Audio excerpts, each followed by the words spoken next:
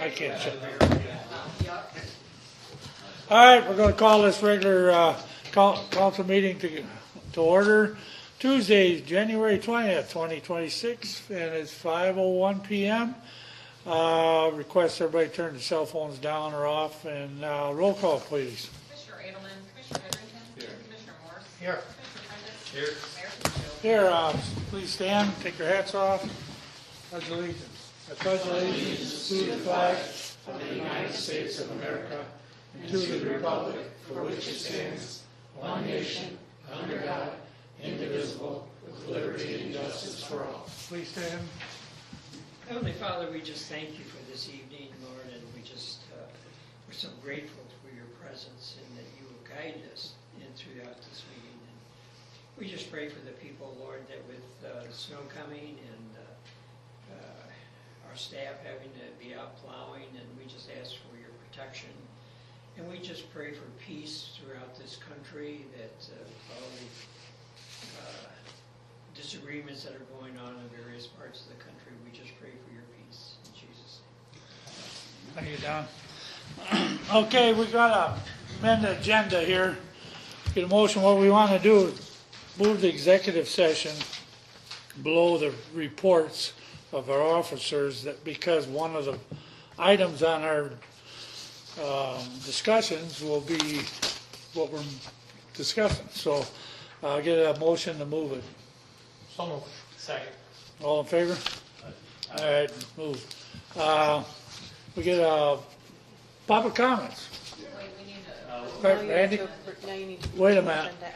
I'll make a motion that we approve the amendment. Okay, yeah, that's right. Okay, get a second. Second. All in favor? All right, there we go. All right, public comments. Randy, please stand up.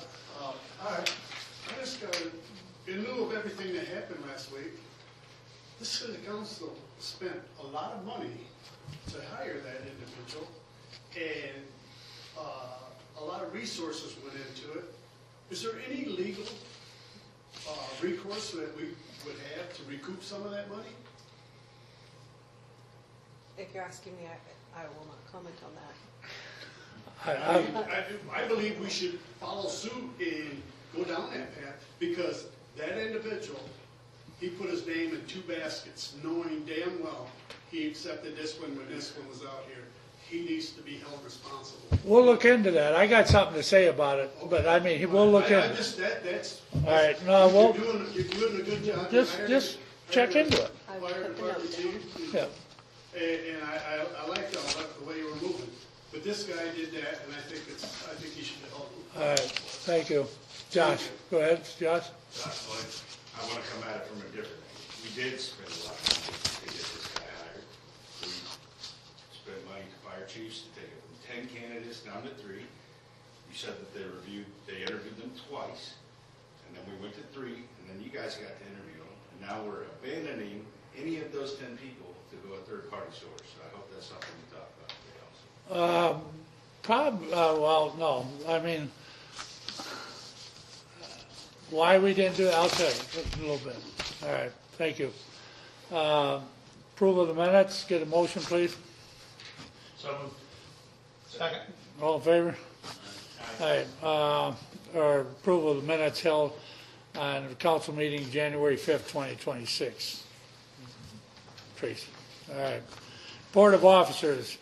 Approval of the claims to be paid between January 3rd and January 16th, 2026 for the amount of $265,580.29. Correct, Don? Yes. All right. Second. Tracy, please. Commissioner Edelman, Commissioner Heatherington. Yes. Commissioner Morris. Yes. Commissioner Prentice. Yes. Mayor Fitzgerald. Yes, attorney's report? No report. Okay, Sonia, or Shauna, you want, or Sonia, you want to take this one? Who's got that this time? So Don has his quarterly report, and I've just got a couple of quick things, Mayor. Right. So the first thing on my list is that I'm going to be posting over in the slot for flyers that I'm going to do another reconnect and recharge event at Nature at the Confluence. We didn't get a ton of response, but it's something I think that it just is good for me to put myself out there in a setting where hopefully residents are more comfortable than coming to a council meeting. So So I'm going to continue to do that.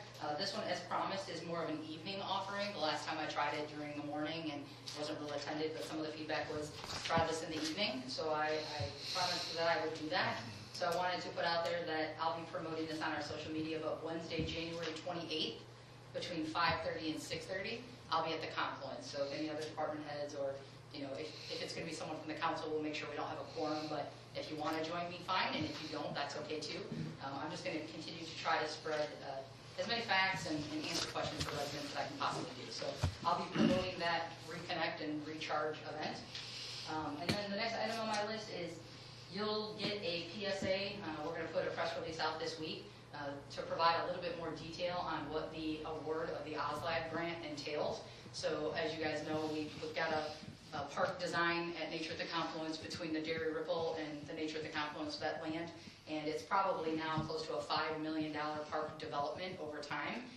There's a lot of moving parts, but basically the $1.4 million EPA cleanup grant will be in full swing, and we're hoping the third quarter of 2026 to remove those soils from the old Dewey station. So that money is going to get spent. That is at no cost to us. And then also now we have this 600,000 matching, 600,000 totaling 1.2 million towards the next steps of that park. We're also going to be implementing the IDOT hub grant that we got 2 or 3 years ago with State Line Mass Transit. So the first phase of all this development is really going to take shape over the next 2 years now. So it's not going to get the park complete. We just want to make sure that we curb the public's expectations on what this grant is going to get us. Yes, we did get it, but it's capped at 600,000, and to be honest, we could still spend 5 million over there. So we're going to be putting out a PSA this week to kind of remind people of here's what we have submitted for in the grant, here's what we got, here's what you can expect over the next 2 years as we spend this OSLAB grant. So still a decent win. It gets us moving in the right direction, but you know it's not going to get us to the finish line in 2 years. So we want to make sure everyone's expectations are realistic. And then the third thing I wanted to mention is you'll remember we did get the Darren LaHood congressional funds in the amount of $750,000 last year. Then the federal budget never passed and it got removed at the 12th hour. So we were promised the $750 from Darren LaHood's congressional spending pot. It got taken back. We resubmitted, and now we've been awarded that money again. So all we are waiting for now is that process between Darren LaHood's office saying, yes, we've put this in our budget, and then the federal budget being approved. So as we get there, those funds will come, and we've designated those to go towards our lift station project. 5, 6, 7, 8 years ago, when we started this lift station project, it was guesstimated to be a $3 million project, $5 million project. It's now a $7.7 million project. The more time that goes on, the more expensive this project is going to be for us. But with the land acquisition on Bluff and now the $750 from Darren LaHood, we put the ARPA money towards it 2 years in a row in 22 and 23. We're starting to put some funds together where we really hope in 2026 we can apply for the IEPA loan and we can get that low interest loan for the remainder of the funds that need to be spent. So that is just another significant thing that's going to happen in 2026. Hopefully in the spring we can find out if we get that low interest loan. So we've done all the right things to prepare ourselves for that loan, including sewer rate increases. So we're getting there. And then the last item, Mayor, and I don't know, Laura, kick me if I go too far, but I have gotten a lot of comments and a lot of phone calls about the cost of Scott Fisher, and I just think it's real important to just be upfront and honest. I don't know why people think he's being enrolled in a pension. He's not. He doesn't get a lifetime pension out of this. He gets 0 days in a pension. There's a small chance that we have to contribute 7 or 8 working days of a 401k or 401a. So 5% of his salary for 8 days may have to get contributed into something and then deducted. I don't know. Don is of the opinion that, he never even enrolled, so we may not have to pay a penny towards any pension, and there's certainly nothing state pension involved. He's not in the state pension. Doesn't get a lifetime benefit there. He also waived our health insurance. So the cost of, usually a department head that makes $100,000 a year costs us $35,000, $40,000 in health care. He was going to cost us nothing. So it is a heartburn. It was a very jagged, difficult pill to swallow. But the truth is that there's no long-term cost to us bringing in what we thought was, without a doubt, our White Horse, our savior, more than capable of doing this, he was our guy. It's heartbreaking, but there are no long-term costs to it not working out, other than the frustration and heartburn. So I wanted to be open about those two costs at a minimum, because a lot of people have asked about, Yeah, I know. does he get health insurance? Is he getting some kind of lifetime benefit now? No. We'll look into the legal part of it, but it's just like if one of us put in for two different jobs, I mean, I don't think there's much we can do, but it's something that, but I'll add to that. And then when you're done, Okay. Don does have a brief report. All right, about as long as you're on the subject, Can I add something real quick? go ahead. Can I kind of address what Josh brought up? Sure. So Metro has been part of the plan in getting us to a self-sufficient running station. So it has been part, it's what we thought we were gonna need to try and get us there to that point. But now, of course, it's gonna have to change, and it's gonna have to be a bigger picture. But it's always been part of the plan of trying to get us there. It's just a number of how much were we gonna lean on them and stuff. We've been in discussions with them, so they've always been part of the plan. It's just, now it might have to alter our plan. It's kind of the best way to say it. Yeah, we have, Is that, I don't know how to say that. It's always been part of the plan. It's just now we're gonna have to tweak it.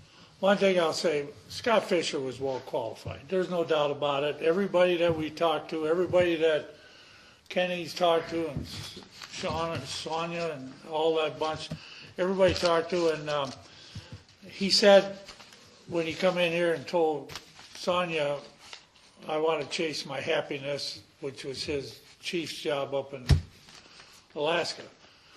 We can't, chastise him for that. The problem is, it did cost us money, and it did time was more important than the money, and there was, the other people asked why don't the second guy step up?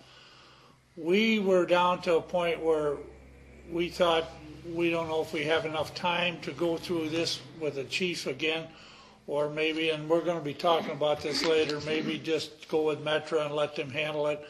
So it's a type thing, and when I asked him, when in the interview, and I'll say this, I asked right to his face, how long do you plan on being in South Beloit?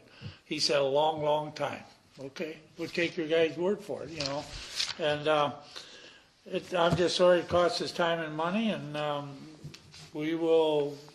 it's just a bump in the road. Again, another bump. I mean, we've been working on this now listened to a lot of people promise us stuff, but not come through with it. So we'll get it done. It'll just take time. All right. Mayor, one more cost Okay. to add to that. You mentioned, Josh, the cost of using the iChiefs. It cost us just over $3,000 to use the iChief. If we would have had a lot of qualified candidates and would have used the assessment center, we had approval to spend up to about 14 and some change, I think it was, but we didn't. We spent $3,175 or something like that on the iChiefs. So it was a professional service, someone to vet candidates when we didn't know if we were qualified to vet certain qualifications at a state and federal level. And with a dual operation between EMS and fire services, there's certain criteria that is kind of weighted differently. And so we didn't want to get into the weeds of, either pressuring Commissioner Morris or us vetting that. So we spent $3,100. The cost to use a company like GovHR or what is now MGT is about $20,000 to $25,000. So we really felt like the iChiefs was a good local way to try to open the candidate pool. But I can tell you the town of Beloit is struggling to hire a chief too. We're going to struggle to hire a chief. So it's not a matter of, hey, you had 10, 20 qualified candidates, why don't you just go to number 2? We didn't. We had one well-qualified candidate. One. The secret's out. We had one well-qualified candidate. Everyone else was in a lesser bucket of not nearly as qualified. That's why we're not going to number 2 or 3 or 7 or 10 on the list. We're not going to start the process over again. This is something that we've already discussed. Anyway, all right, let's, Don, go ahead. Sorry. This part of your finance report. Now we get down to the exciting stuff. We wandered off a little bit. You have, I made it up, the budget report as of 12/31. And if you go to page 5, we just look at the totals for the general fund. I just want to point out that my comments will be the year-to-date numbers for 2025 compared to the year-to-date numbers for 2024. There's a significant difference that the 2024 numbers are audited, modified accrual basis numbers. The numbers that you see for the 2025 year-to-date are cash basis numbers, and they will be modified to record the accrual, modified accrual adjustments. Just to point out a couple of significant factors is that you'll notice that when you look at the total revenues, the revenues are basically 310,000 higher than what the actual numbers were for 2024 adjusted. And I just kind of went through some of the numbers. Property tax is up 55,000, income tax is up 65,000, sales tax 168,000, replacement tax is down 100,000. The community development is cheap amounts are 90,000, and that's properties that we had acquired that we're recording in the community development, and that's kind of a new number for us. Use tax is down 158,000, and all others are a net of 190,000.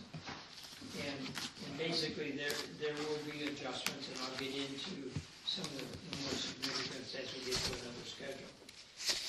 Total expenditures for the date 25 are 447,000 higher than for 2024. And a major portion of that is the transfers out. It was 385,000 higher than a year ago. And those were transfers that it's a combination of the overage revenues over expenditures in 2024 that we then transferred to capital projects, as well as we had budgeted a transfer. So the fact that that's higher, that's a part of the expense equation. That is, so anyway, the expenditures are more likely to be higher as we adjust for the accounts payable. As you notice on the bills that we approved tonight, I think 90-some thousand are 2025 expenses. So the adjustments that we'll make typically will be higher expense-wise than the revenues, because there are just a few revenue accounts that we adjust.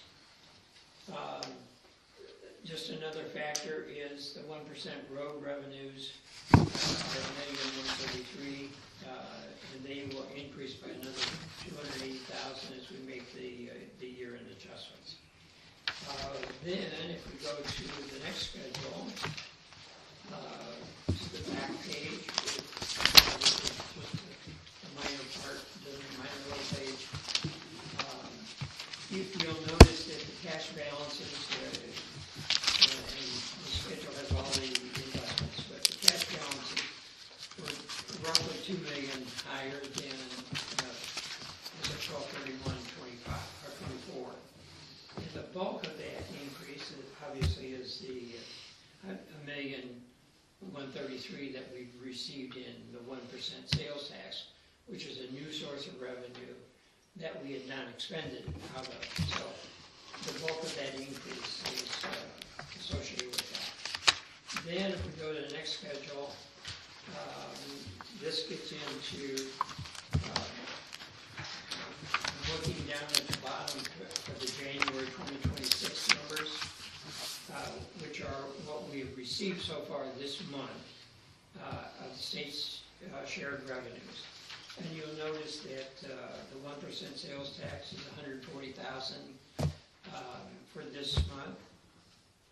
And of that, when you look at sales tax for 2025, you'll notice that January and February are in red,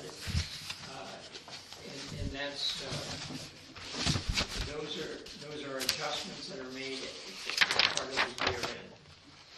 And so we're looking on the 1% sales tax, roughly 280,000 in addition to the $1,111,000 that is recorded there on the cash basis. That will be adjusted for those 2 months that will be set up as a receivable and revenue. When you go over to the right-hand side, you'll notice that the total revenues for January of the state shared monies are 405,000, which is roughly 40,000 higher than for the same period last year. And to some extent, that's good news. When some of those are, like the replacement tax are down, use tax is down, but the other taxes are up, so that overall, January is higher, and the bulk of that will be recorded as revenue in 2025 for what we've seen so far. And for sales tax and the 1% tax and the telecommunication tax, what we get in February will also be booked as a receivable and will be taken into 25 revenues. Any questions?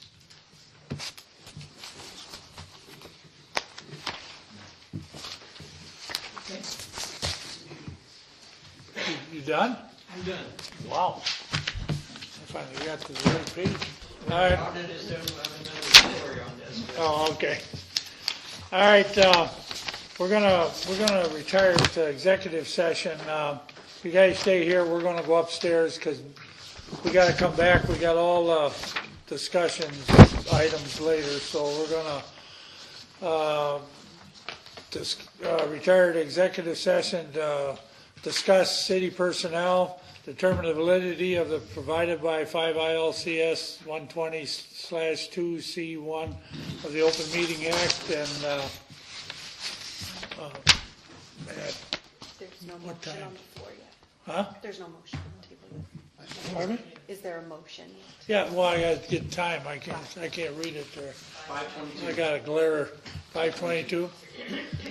With a motion. So moved. Second. All in favor? Yeah, we're gonna come back. I'm gonna call this regular council meeting back to order at 5:50. Roll call, please. Commissioner Edelman, Commissioner Heatherington. Commissioner Morris. Here. Commissioner Prentice. Here. Mayor Fitzgerald. Here, okay, we'll discuss approve item ordinance 2896, approving an agreement with Motorola Solutions, Inc. to provide access to the public safety network service. Get a motion, please. So moved. Second. It's for the Chief? police department, so currently if we have any minor programming of our portable radios, I have to drive down to Rockford, it sits overnight, then I have to drive back and pick it up, and there's a cost to that. This will allow us to do some of the minor programming in-house for like $80 a year. Oh, that sounds great.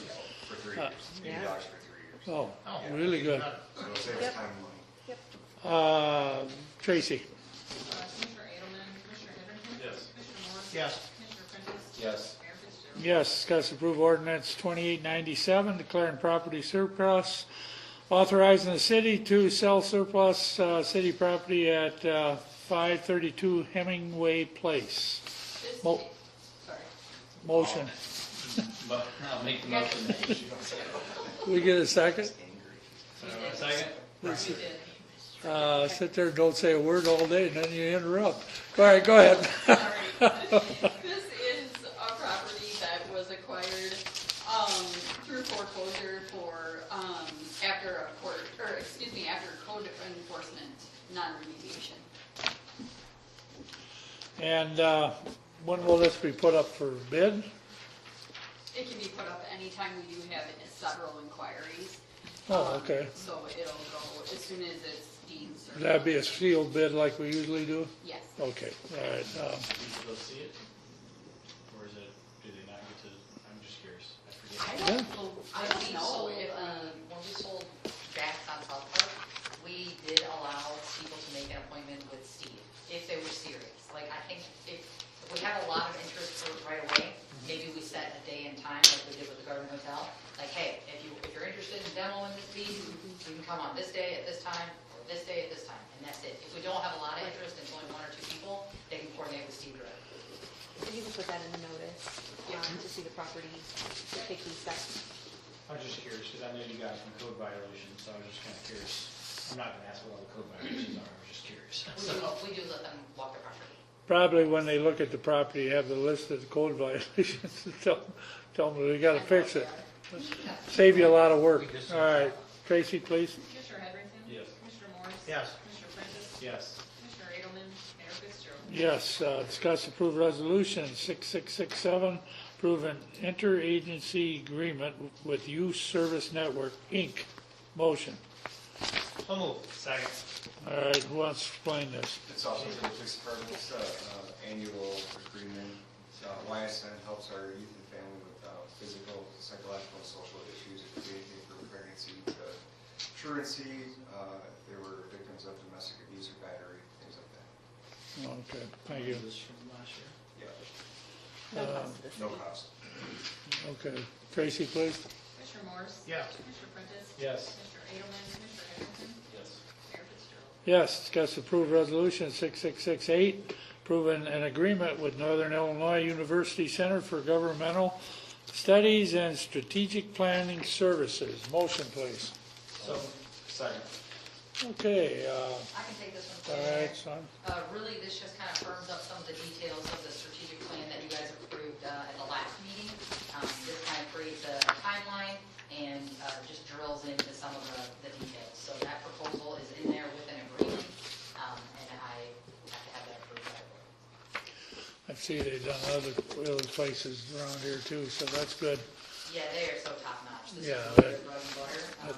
Also, if we ever go down the road of exploring form of government change, this is their wheelhouse too, so it's really a great experience that they bring to the table.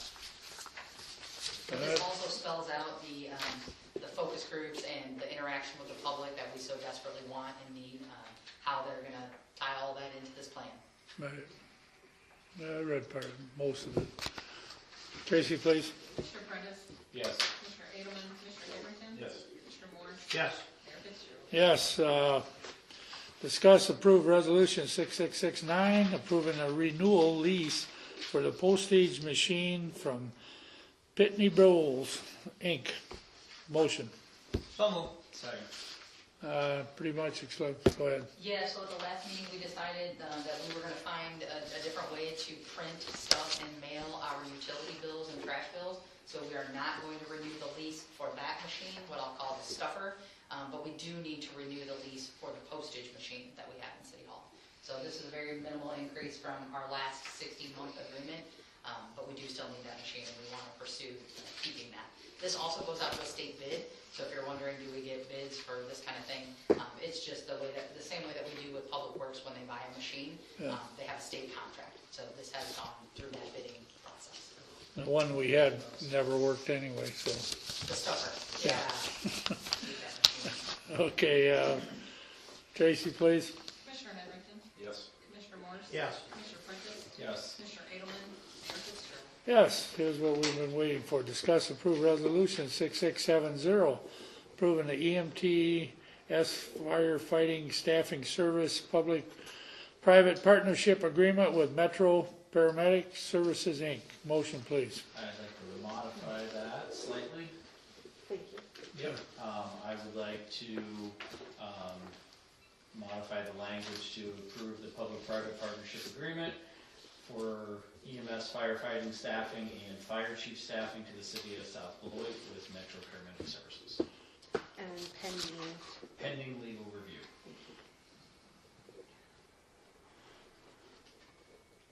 I'll second that motion. All right, agreement with, Do I need to say anything? I got it. you got it? Yeah. Okay. You want Kenny to take this one? Mayor? Kenny, yeah, sure, go ahead. Okay, basically, we've been looking at that department. We're entering a new agreement with Metro that will give us 9 full-time personnel in the station, 3 on duty per shift, paramedic, EMT, and firefighters. And we are going with an interim chief through Metro also during the time frame that we looked for a chief of our own. And the agreement can be 3-year agreement. And if and when we find a chief, we can give them a 60-day notice and put our chief in. But we will have part-time on-call personnel there to fill out the full-time staff. And that's all included in the thing. And, Language that we're still navigating. yeah, language we're still Language that will navigating, be- but it's, That is close to being worked out. but this is what we all right. Tracy? Commissioner Morris, Yes. Commissioner Prentice, Yes. Commissioner Edelman, Commissioner Heatherington. Yes. Mayor Fitzgerald. Yes, I think that's I think everybody will be happy when they see that come through and all that. Discuss approve hiring Ed Eggers as part-time for the street department at a rate of $15 an hour. Motion, please. Second. Steve isn't here, but I I'm, will take this one for Steve. He's coming in at 3 to start salting, Yeah. so I told him I would take this one and he didn't need to add 4 hours onto his day. But Ed will replace Mark Robertson, who retired a couple of months ago. We know that Gary is out for an extended amount of time, but we're probably going to hire another part-timer. We never spend all of our part-time money, and it's just kind of nice to have what usually ends up being semi-retired guys that still want to stay busy and work with their hands, and so we're going to try to create as many of those positions as we can and get people in helping out. sure. That's what it is. Stealing him from the city of Beloit. Tracy? Commissioner Prentice, Yes. Commissioner Edelman, Commissioner Heatherington. Yes. Commissioner Morris. Yes. Mayor Fitzgerald. All right, get a motion to adjourn. So moved. Second. All in favor? Aye. All right, time to adjourn and go eat. All right.